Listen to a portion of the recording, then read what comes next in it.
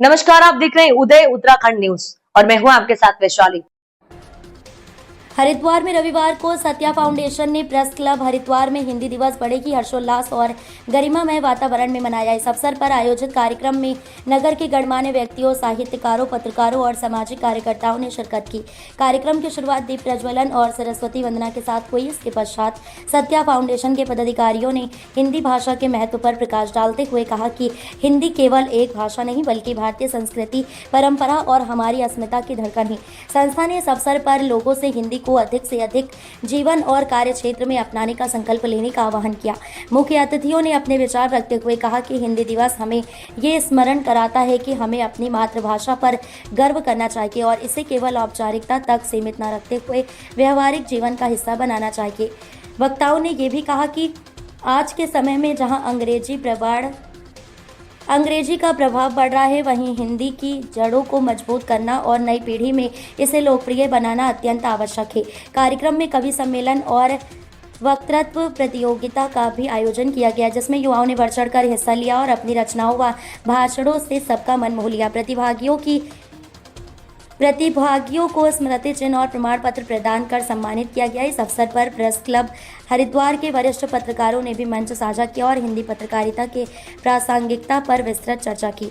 उन्होंने कहा कि हिंदी पत्रकारिता लोकतंत्र की सशक्त आवाज़ है और इसे और भी सशक्त बनाने के लिए हर स्तर पर प्रयास होने चाहिए। सत्या फाउंडेशन के संस्थापक अध्यक्ष ने सभी अतिथियों और प्रतिभागियों का धन्यवाद ज्ञापित करते हुए कहा कि संस्था भविष्य में भी हिंदी और भारतीय संस्कृति के उत्थान के लिए ऐसे कार्यक्रम करती रहेगी।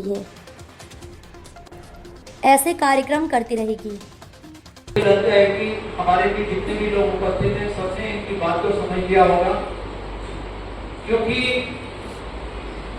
सुविधानंद पंत हमारे कवि रहे हैं।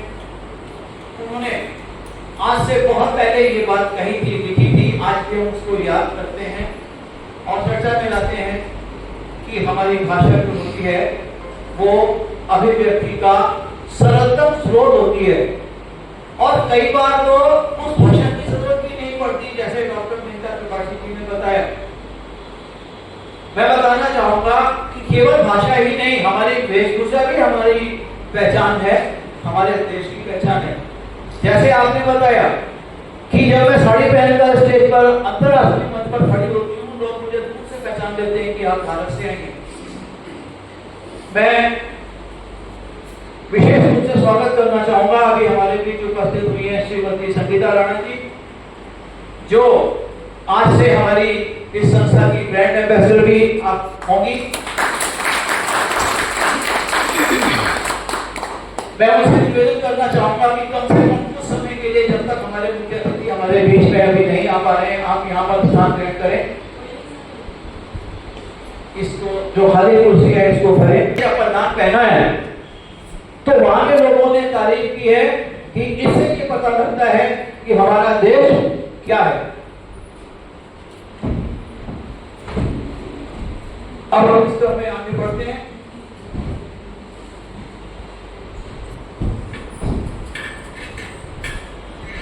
मैं आग्रह करना चाहूंगा श्री वेदा सेंटर, वेलनेस सेंटर के संस्थापक हैं, काफी बड़ा कार्य।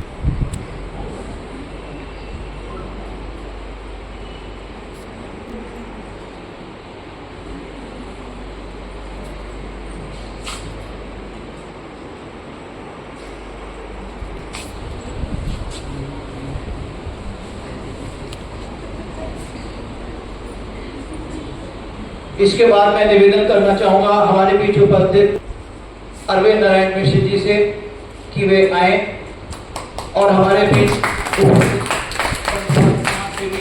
वरिष्ठ समाज सेवी श्री जगदीश लाल बाबा जी का पटका बनाकर सम्मान करें।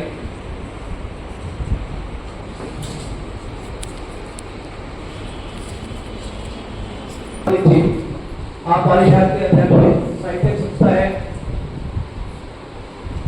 हमारे शहर की सुपर